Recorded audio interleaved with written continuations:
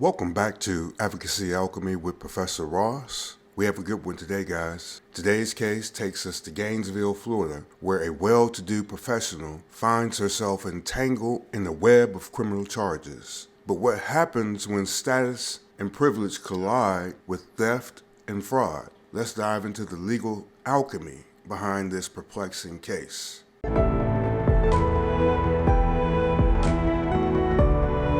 Ivey Marie Weiss, a district manager for Wells Fargo, was arrested on February 6, 2024 at a Gainesville Target for scanning only some of her items at self-checkout while skipping others. But this wasn't a one-off. Her arrest unveiled a pattern of thefts across 9 Target locations in Florida, with losses exceeding $1,200. Today, we'll break down her charges of petit theft and fraud, examine the evidence, and understand what this case tells us about crime, ethics, and accountability. Lego sets. Is that the first time you've ever stolen?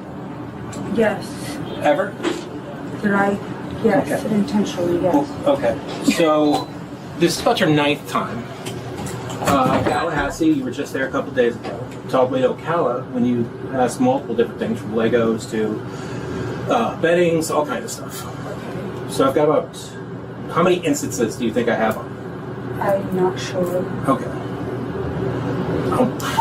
It's well over $1,300 in the course of a month. Okay. So we're adding this up right now. Can I pay that? No, ma'am. Okay. No, pass that. It's funny how people think that's an option. If you have the money to pay for it, then why don't you just pay for it? And this is the current one. No, don't. This isn't what she took this time.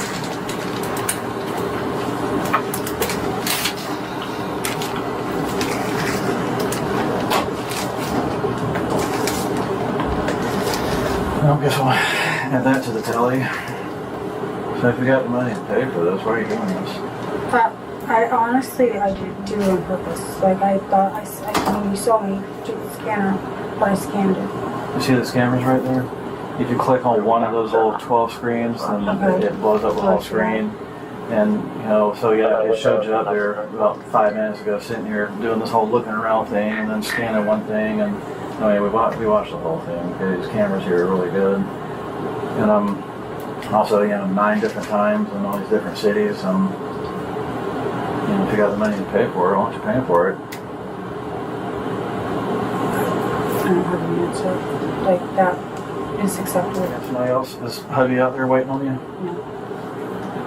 Which vehicle is yours? That BMW out there. Would one of you mind checking and you know, maybe he's in there, maybe he's not. It's not. It's just me. It's an X5.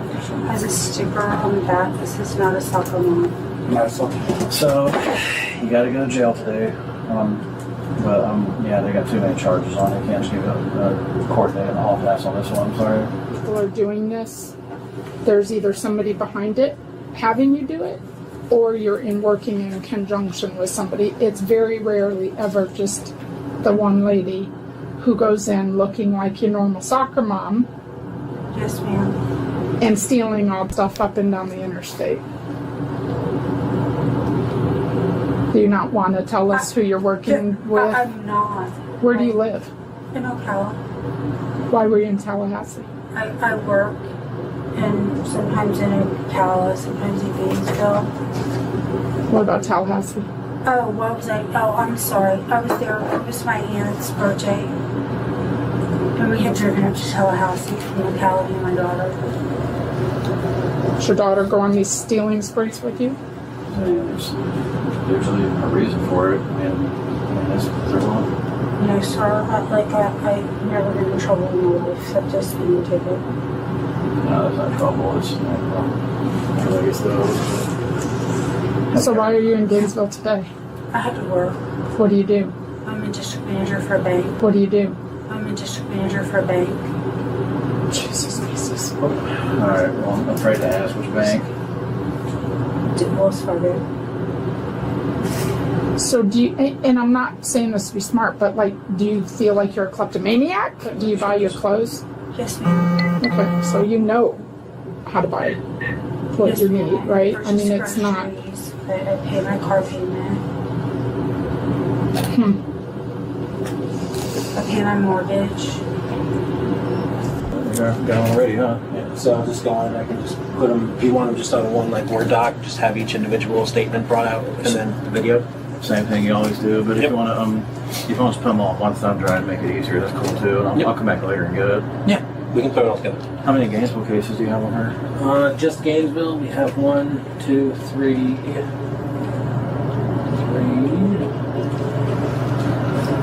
4. This is going to be the 5th. So 4 and 5 coming today. Okay. Do you have anything in your purse or on you that's illegal? Any drugs, or if you got medication you prescribed, and that's fine.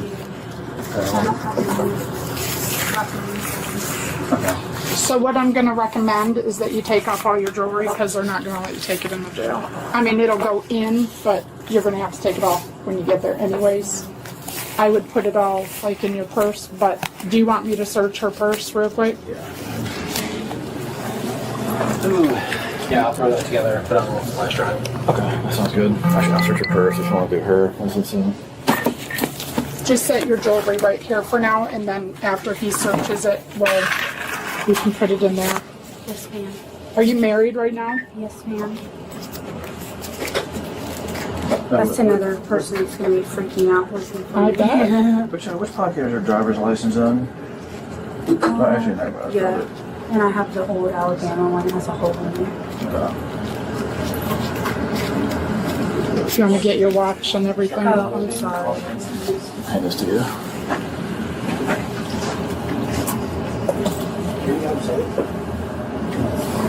Yes, these two. Yeah, I would say probably. Can you stand up for me? Yes, ma'am. You don't have anything tucked on you underneath the bras or anything. So just so you know, and I'm not saying you do, but if I search you and there's something I don't find like tucked somewhere, that would be the introduction of contraband. If you want to throw it there, this is what she actually paid for. So Oh, okay. there.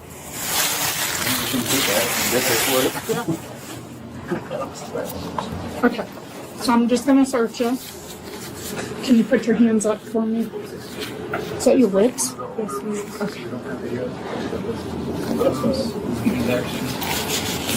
And here I stand. What's that? All right, I'm not gonna go digging and they'll x-ray you at the jail. Yes, ma'am. I'll say, yeah, go ahead, 15. Alright, so hit the edit. And then go to the Yeah.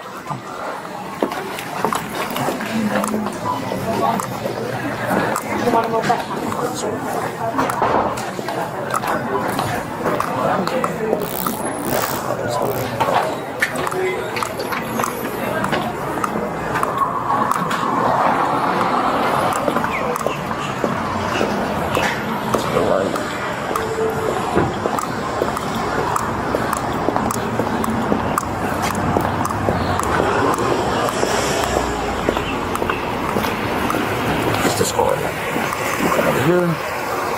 I'll probably try to do It should be good. I'm quite sure you're gonna call your husband, maybe. it. Yeah. Where do you guys live at? Good power. You can come down and get it. It's not. We're not gonna tour or nothing.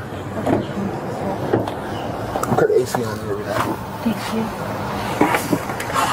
you. Legal breakdown.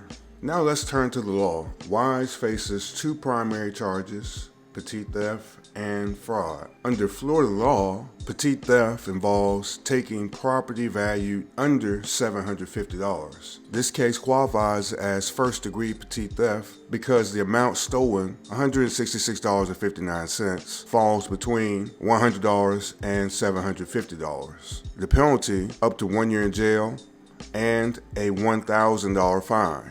Her second charge, fraud, falls under Florida's Communications Fraud Act. A scheme to defraud involves ongoing conduct designed to deceive or obtain property unlawfully. Given her pattern of thefts across multiple locations, prosecutors may elevate this to a third-degree felony, punishable by up to 5 years in prison. And because Weiss reportedly committed these thefts over 9 separate incidents, the total value of over $1,200 could lead to aggregated charges, a crucial detail that raises the stakes significantly. In any criminal case, the evidence must meet specific standards to establish the accused's guilt. These standards create a spectrum ranging from the weakest, mere suspicion, to the strongest, beyond a reasonable doubt. Let's break them down with examples tied to shoplifting and fraud. Number 1, mere suspicion. Mere suspicion is the lowest threshold. It's essentially a gut feeling or a hunch, unsupported by concrete evidence.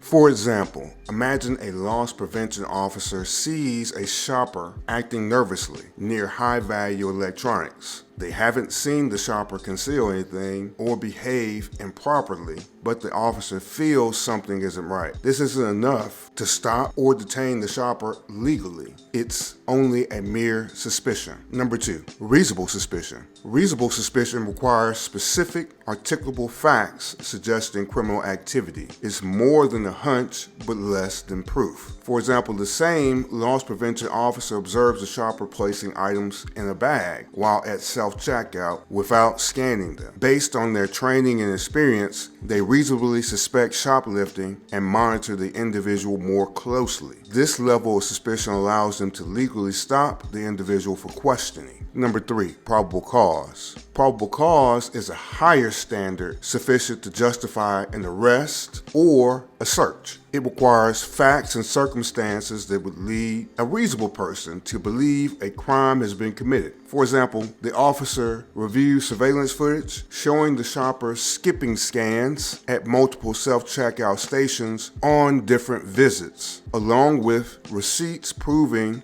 the discrepancy. This constitutes probable cause to detain the shopper and involve law enforcement. Number 4, preponderance of the evidence. Now we move into the standards used in civil cases. Preponderance of the evidence means it's more likely than not, which means over 50% probability that the claim is true. We usually say it takes about 51% of the evidence. For example, in a civil lawsuit against the same shopper, Target's legal team shows detailed records of inventory shortages tied to their fraud system, surveillance footage, and the shopper's past activity. The evidence tips the scale, convincing the court the individual engaged in fraudulent activity. Number 5, clear and convincing evidence. Clear and convincing evidence is a higher civil standard requiring evidence that is highly and substantially more likely to be true than false. We say about 75%. For example, if the shopper denies their involvement, Target might present a detailed system audit showing the same shopper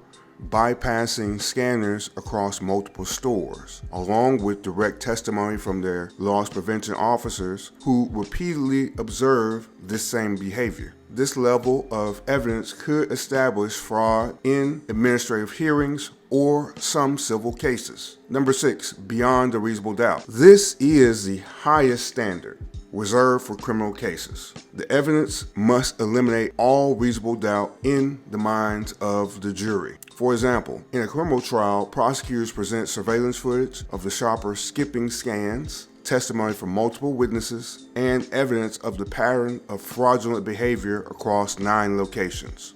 The defense offers no plausible explanation for these actions. The jury finds the defendant guilty beyond a reasonable doubt. Remember, we say beyond a reasonable doubt. It takes about 90 to 95% of the evidence pointing to a person having committed a crime. As you can see, these evidentiary standards ensure fairness and balance in both civil and criminal cases. In this case, the prosecution must meet the highest standard beyond a reasonable doubt to secure a conviction. They'll rely on a combination of surveillance footage, loss prevention testimony, and documented patterns of theft and fraud to meet this burden. This case reminds us of the duality of human behavior. Even those who appear successful and well off are not immune to poor choices. The law doesn't discriminate. It applies to everyone, regardless of status or position. Here at Advocacy Alchemy, our goal is to make the law approachable and to remind you why Understanding it matters. If you found value in this breakdown, make sure to subscribe, share this video, and join the conversation in the comments. Thank you for watching, and as always, stay curious, stay informed, and stay engaged with the law. I'm Professor Ross, and I'll see you tomorrow on Advocacy Alchemy with Professor Ross.